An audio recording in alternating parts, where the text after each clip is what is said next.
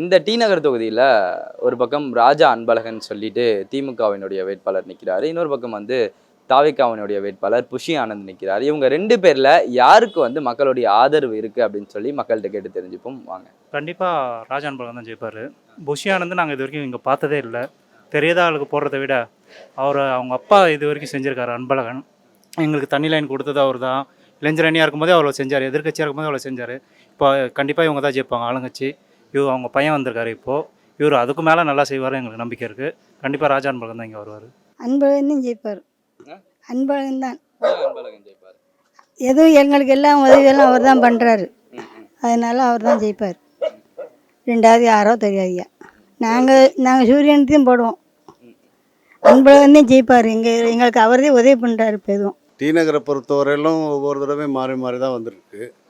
போன தடவை அந்த ராஜா அன்பழகனோட சித்தப்பா கருணாநிதி ஜெயித்தார். இந்த தடவை அவரோட அண்ணன் பிள்ளைக்கு சான்ஸ் கொடுத்துருக்காங்க. கண்டிப்பாக வந்து ராஜா அன்பழகன் தான் வின் பண்ணுவார். இதில் மாற்று கருத்து எதுவும் கிடையாது. புஷி ஆனந்த்ன்றவர் இந்த ஏரியாவுக்கு சம்மந்தம் இல்லாதவர். ரெண்டாவது இந்த ஏரியாவை பற்றி என்ன ஆனாவன்னா கூட தெரியாதவர். அப்படி ஒருத்தரை கொண்டு வந்து இங்கே நிப்பாட்டிருக்காங்க. அவர் யாருன்னே தெரியாது முதல்ல. அதுதான் மெயின். அவர் விஜய் கட்சியில் இருந்தாருன்னா விஜயே முதல்ல அது ஒரு வேஸ்ட் கேண்டிடேட். அதனால் வந்து ராஜா அன்பழகன் தான் இந்த தடவை ஜெயிப்பார் கண்டிப்பாக. இதனால் வந்து இது வாழடி வாழியா இந்த தோட்டம், தனடிமா தோட்டம், முத்திரடி தோட்டம், பகவந்தா குப்தா ஸ்ட்ரீட்டு, இந்த மாதிரி ஸ்லம் ஏரியாலாம் வந்து திமுகவுக்கு தான் போடுவாங்க. திமுகவில் வாழ்ந்தவங்க நிறைய பேர் 3 ஆண்டுனா எம்எல்ஏவிலேருந்து கவுன்சிலர் வரைக்கும் வந்து பார்ப்பாங்க. வட்ட செயலாளர் இந்த ஊருக்காருங்க. ஏழுமலைன்றது பக்கத்து ஏரியா. சொன்னாலே போதும், உடனே டாக்டர் வரா மாதிரி, எமர்ஜென்சி வண்டி வரா மாதிரி வந்து கிட்டேருந்து எல்லாமே செய்வாங்க. இங்கே திமுக தவிர வேறு வாய்ப்பே கிடையாது. அதுதான் ஜெயிக்கணும், அதுதான் வரணும். வந்தால் தான் மக்களுக்கு நல்லதாக செய்வாங்க.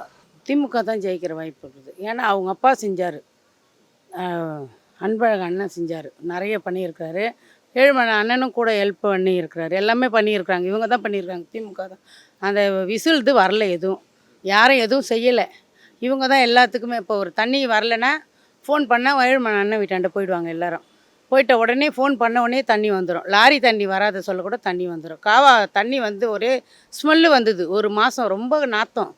அப்போ தண்ணி இல்லாத இந்த ஜனத்துங்களுக்கு அவர் தான் உடனே தண்ணி லாரி எல்லா பக்கமும் வர வச்சுட்டாரு. உடனே தண்ணிக்குன்னு இப்போ எங்களுக்கு பிரச்சனை இல்லை. பாத்ரூம் இல்லாத இருந்தது, ரொம்ப கஷ்டமாக இருந்தது. பொம்பளை பசங்க வச்சுருக்கிற வீட்டில் பாத்ரூம் இல்லாத ரொம்ப கஷ்டப்படுவாங்க.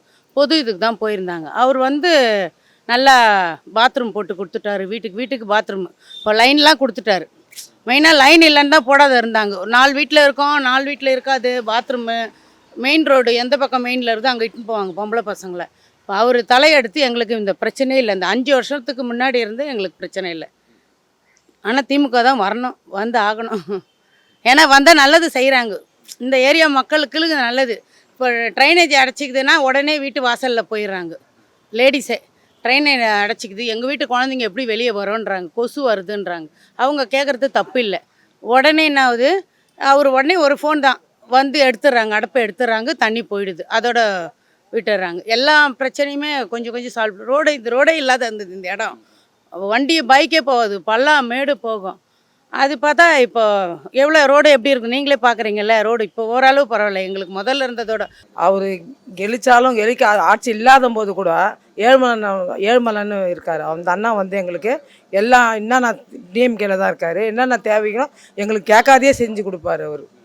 இப்போ அவர் ஏதாவது நல்லது இருந்தாலும் சரி தான், கெட்டது இருந்தாலும் சொன்னால் அழைப்பு இல்லைன்னா கூட அவர் அழகாக வந்து என்ன உங்களுக்கு தேவை அப்படின்னு அவர் என்ன வேணுமா செஞ்சு கொடுப்பாரு அவர் எங்களுக்கு டிஎம்கேல இருக்கும்போது.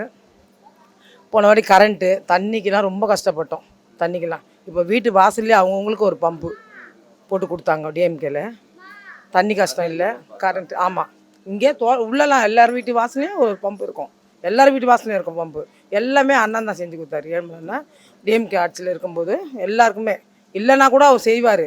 இருந்தும் அவர் நல்லபடியாக செஞ்சு கொடுத்தாரு எங்களுக்கு. கரண்ட்டு மெயினாக கரண்ட்டு, வீட்டுக்கு கரண்ட் எடுத்து கொடுத்தாரு அவர். கரண்ட் இல்லாத நாங்கள் ரொம்ப கஷ்டப்பட்டோம். அவர் அண்ணன் வந்து கரண்ட் எடுத்து கொடுத்தாரு எங்களுக்கு. டிஎம்கே ஆட்சியில் எங்களுக்கு எல்லா நன்மையும் கிடச்சிது. அதை நான் உண்மையாக சொல்லி தான் ஆகணும். நான் இந்த ஏரியாவை பொறுத்தவரையும் திமுகவில் இப்போது ஒரு 10 வீட்டில் ஒருத்தருக்கு தான் ஒரு கரண்ட்டே இருக்கும். அதில் இப்போ கவுன்சிலர் வந்து ஏழுமலைண்ணா வந்ததுலேருந்து வீட்டுக்கு வீடு கரண்ட் அவரே டெபாசிட் அமௌண்ட்டு கட்டி அவர் சொந்த பணத்திலே எல்லார் வீட்டுக்கும் கரண்ட்டு ஒரு வீடு விடாமல் எல்லார் வீட்டுக்கும் அவரே தனியாக கரண்ட் எடுத்துக்கிட்டார். ஃபஸ்ட்டுலாம் பார்த்தீங்கன்னா ஒரு 10 வீடு 20 வீடுன்னு சொல்லிட்டு ஒருத்தருக்கு தான் இருக்கும். அதுலேருந்து பிரித்து இவங்க எடுத்து அவங்களுக்கு கரண்ட் பில் கொடுப்பாங்க யூனிட் பேஸில். இப்போது வந்து எல்லார் வீட்லேயும் தனித்தனியாக அவரே கரண்ட் எடுத்து கொடுத்துட்டாரு. அது இல்லாமல் தண்ணி ஒரு வீட்டுக்கும் ஒரு அடி பம்பு தண்ணி போட்டு கொடுத்தாரு. ஸோ எல்லாமே அவர் சொந்த காசில் தான் பண்ண கவர்மெண்ட் ஸ்கீமில் இங்கே வராது. ஏன்னா ஏரியா கேஸில் இருக்கிறதுனால இங்கே எதுவும் பண்ணுறதில்ல. அவர் வந்து சொந்த காசுலேயே எல்லாமே பண்ணி கொடுத்துட்ருக்காரு. தண்ணி போட்டு கொடுத்துருக்காரு, வீடு வீடு கரண்ட் எடுத்து கொடுத்துருக்காரு, ஸ்ட்ரீட் லைட்டு போட்டு கொடுத்துருக்காரு. இந்த இங்கெல்லாம் மழை தண்ணி பயங்கரமாக நிற்கும். அது எல்லாமே வந்து மேடு ஏற்றி ஓரளவுக்கு எல்லாமே கிளியர் பண்ணி கொடுத்தாரு. இந்த மக்களுக்கு வந்து நல்ல செய்தி பார்த்தா திமுக தான். குஷி ஆனந்த் வந்து இப்போ சமீபமாக வந்திருக்காரு. அதனால் அவர் எப்படி மக்களுக்கு செய்வார்னு இந்த தொகுதியில் யாருக்கும் தெரியறதுக்கு வாய்ப்பு இல்லை.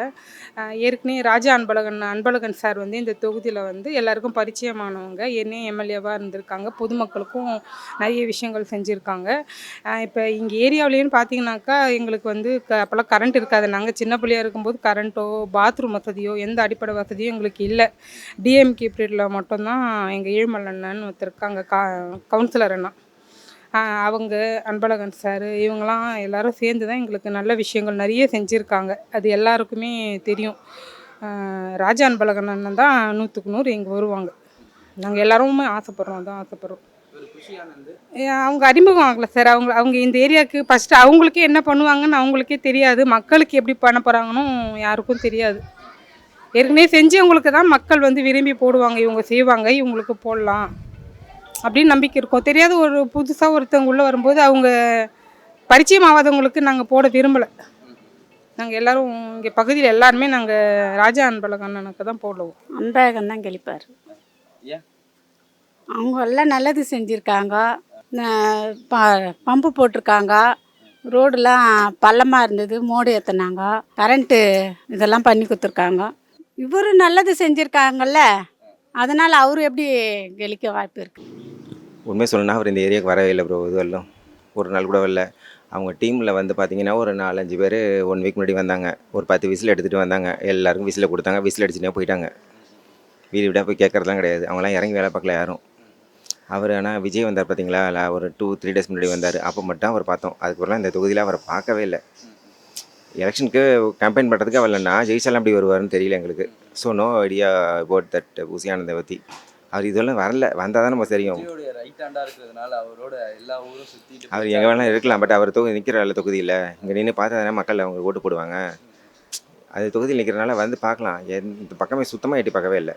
அன்றைக்கி ஒரு நாள் அன்றைக்கி ரோட்டில் பார்த்தோம், அவரோட வேனில் பார்த்தோம். அதோட அவளை தானே வழியே இந்த பக்கமே சுத்தமாக வரவே இல்லை. அவங்களோட டீம் பீப்புள் மட்டும் ஒரு 10 பேர் வந்துட்டு போனாங்க. ஒரே நாள் தான் வந்தாங்க. மற்ற கட்சியெல்லாம் பார்த்தீங்கன்னா வராங்க, இங்கே நிற்கிறாங்க, வீடு வீடாக போகிறாங்க. என்ன வேணும் உங்களுக்கு, என்ன குறை, நாங்கள்லாம் செய்கிறோன்னு சொல்கிறாங்க. பட் ஆனால் இவர் சைடு பார்த்தீங்க அப்படின்னா இல்லை.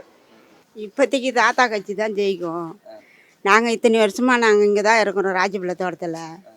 எங்களுக்கு கருத்து தெரிஞ்சதுலேருந்து நாங்கள் மகளிர் குழுவே எங்களுக்கு என்னான்னு தெரியாது. நாங்கள் மகளிர் தினாவுக்கு இப்போது ஆரம்பிச்சுக்கிறோம் லேடிஸ் எல்லாம் சேர்ந்து. அதனால் எங்கன்னா மீட்டிங் வச்சா நாங்கள் போவோம். இப்போ கரண்ட்டு வசதி, பாத்ரூம் வசதி, எல்லா வசதியெல்லாம் பண்ணி கொடுத்துக்குறாங்க.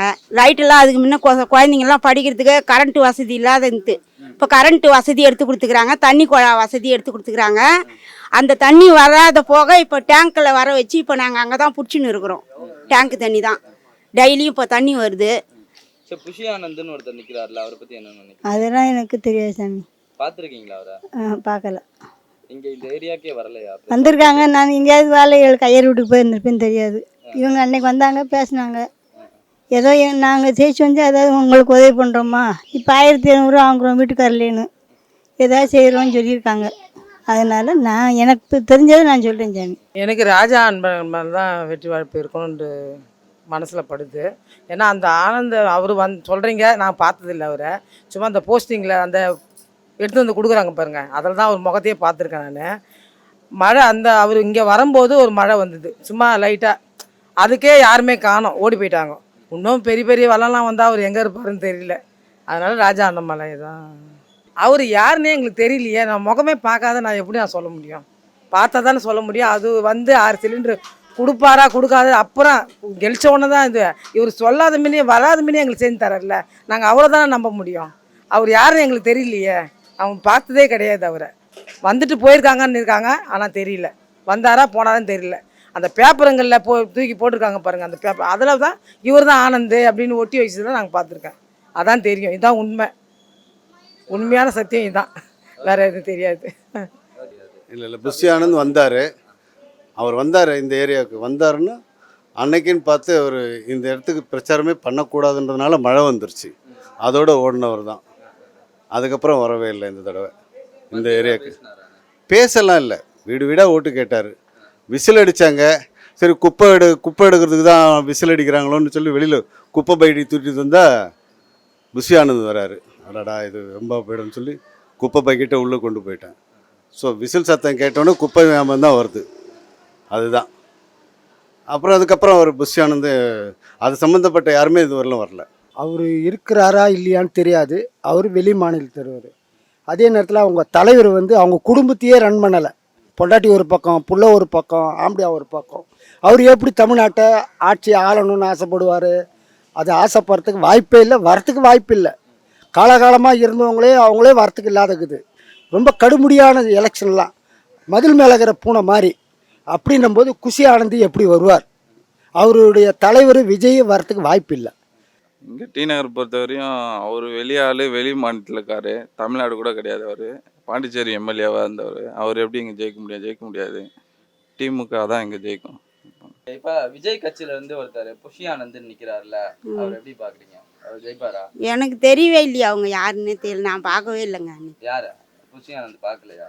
இங்க வரவே இல்லையா அவர் இந்த ஏரியாக்கு? வந்தாங்கன்றாங்க, அன்னைக்கு நான் வீட்டில் இல்லை, நான் பார்க்கல யாருன்னு.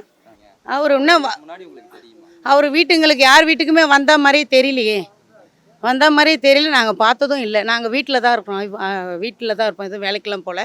நாங்களே பார்க்கல. ஒருவேளை வந்திருக்கலாம், எந்த பக்கம் நின்னாரோ நம்மளுக்கு தெரியாது, ஆனால் நாங்கள் பார்க்கல. ஒரு நாள் வந்தாங்க, ஆனால் நாங்கள் யாரும் பார்க்கல அவங்கள. வந்தாங்க ஜென்ரலாக ஒரு நாள் வந்தாங்க சார், வரேன்னு சொன்னாங்க, கேள்விப்பட்டோம். ஆனால் வந்தாங்க, நாங்கள் யாரும் அவங்கள பிரச்சாரத்தில் பார்க்கல, இது வரைக்கும் பார்க்கல. ராஜா அன்பழகன் அண்ணா அவங்க டீம் வந்து தினமுமே இங்கே பிரச்சாரம் பண்ணிகிட்டு இருக்காங்க. டி நகர் தொகுதியிலையும் இங்கே ராஜபாளைய தோட்டத்துலேயும் தினமுமே பிரச்சாரம் போயிட்டுருக்கு. மக்களை அவர் முதல்ல சந்திச்சாரா? மக்களை சந்திக்கவே இல்லை. ரெண்டாவது வந்து இந்திய ஜனநாயகப்படி இந்திய குடிமகன் வந்து எங்கே வேணாலும் நிற்கலான்ற ஒரு கருத்து. அந்த ஏரியா தெரிஞ்சவன் வந்து நின்னான்னா பரவாயில்ல. புஷி ஆனந்துக்கும் இந்த தொகுதிக்கும் சம்மந்தமே இல்லை. இந்த ஜனநாயக நாட்டில் எங்கே வேணாலும் நிற்கலான்றதுனால அவர் வந்து நிற்கிறாரு. அவர் நின்றுன்றதுனால நம்ம ஒன்றும் பண்ண போகிறதில்ல, யார் வேணாலும் நிற்கலான்றது கருத்தில் நிற்கிறாரு. பட் அவரை தெரியாதனால அது என்ன பண்ணுறது, அது என்ன சொல்கிறதுன்னு ஒன்றும் புரியல. அறிமுகமே கிடையாது, அறிமுகமே இல்லாதவர். திடீர்னு வந்தார், விசில் அடிச்சுக்கிட்டு ஓட்டு கேட்க வந்தாங்க, அவ்வளோதான். மற்றபடி அவர் இதுக்கு முன்னாடி எப்பவும் வந்ததும் கிடையாது, அதுக்கப்புறமும் வந்தது கிடையாது. ஒரே நாள் தான் வந்தார் இந்த ஏரியாவுக்கு. அதுவும் இல்லாமல் உள்ள பெரிய ஏரியா இது, இதுக்குள்ளே போனாரா என்னன்னெலாம் தெரியாது. இதோட சரிதான்.